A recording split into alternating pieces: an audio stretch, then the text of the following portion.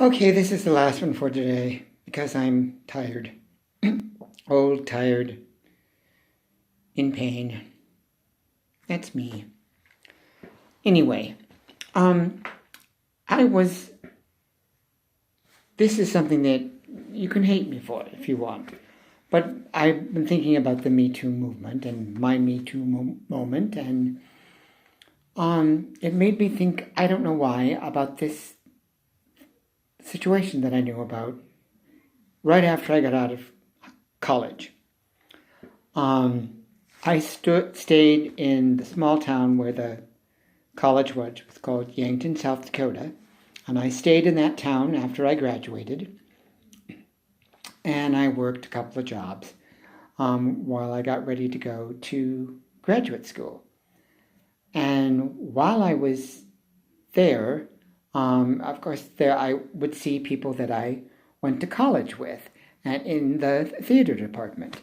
And one of them was a professor of theater, a good friend of mine, and she helped me work on my audition pieces for graduate schools. And her name was Kay, and she was a lovely, lovely woman. Um, and this woman came back, and she had from New York. This woman had lived in New York, and she knew Kay. I don't remember the woman's name, and she had a baby girl who was not yet 2. Pretty, pretty little girl. And she told me this story. Well, she told her truth. She had a boyfriend. They were both actors, and they were in New York, and their careers weren't going anywhere. And they lived in a small apartment, and she wanted to get married. And they'd been together for, I think, since college, and I think she was Kay's age, or just maybe a little younger, maybe. Kay knew her.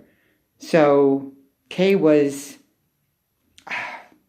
I think Kay was like 10 to 15 years older than me. And she'd gone to Yankton College and married a guy that'd gone to Yankton College, an actor, and they'd gone out to California and worked. They hadn't made it in the business, but they, had jobs out there.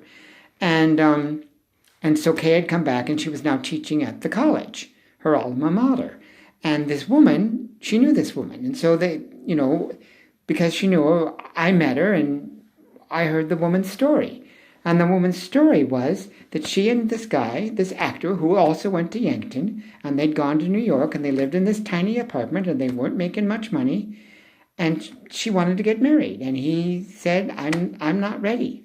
I'm not ready. She said, I want to start a family. And he said, I'm not ready. So she stopped taking the pill and got pregnant.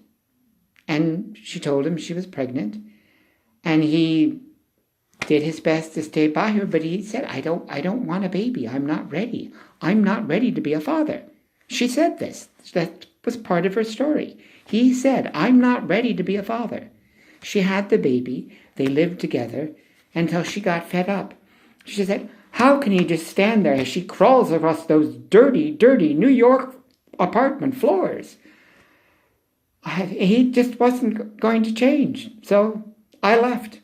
I thought he'd realize, he'd see this baby and he'd change. He'd take care of her. I think he was sending a little money. I don't know that for sure, but I thought that that's what she said. But, so my Me Too thing is, and the other thing is that she got all these women around her, principally Kay, who had been left by her husband for another man, and a completely insane woman. Those were her 2 mainstays in Yankton, who championed her and her cause for whatever it was. Like I said, I think he was paying a pittance. She was hailed as this feminist thing, but is she the feminist thing? If we're talking Me Too now, isn't he the victim here? I know he's a white male, and he's not taking proper care of his child. My God, if I had a child, like the song says, I would make or steal or take or die to get money to take care of my baby. Honest to God. Somehow I would figure out how to be a part of the baby's life. Even if, oh God, it would be ugly to have to give up your career. I mean, do you see what you were doing, honey? But making him leave his career for the baby, that's not a good thing. But anyway, my thing is, isn't he the victim in a Me Too situation?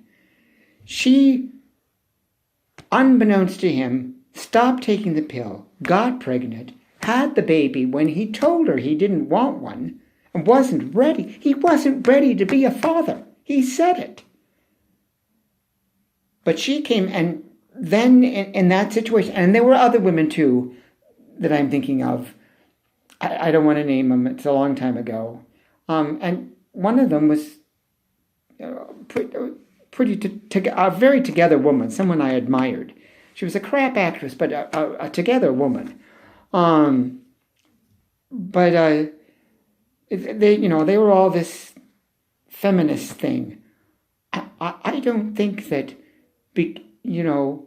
blackmailing somebody into marriage, blackmailing someone into parenthood, blackmailing someone into caring for another being is feminist.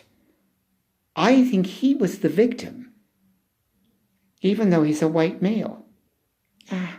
But then I'm an old white male who's read more traditional Western literature than I have African.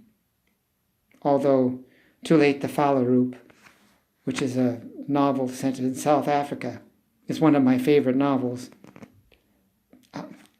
I just think he's the Me Too victim here.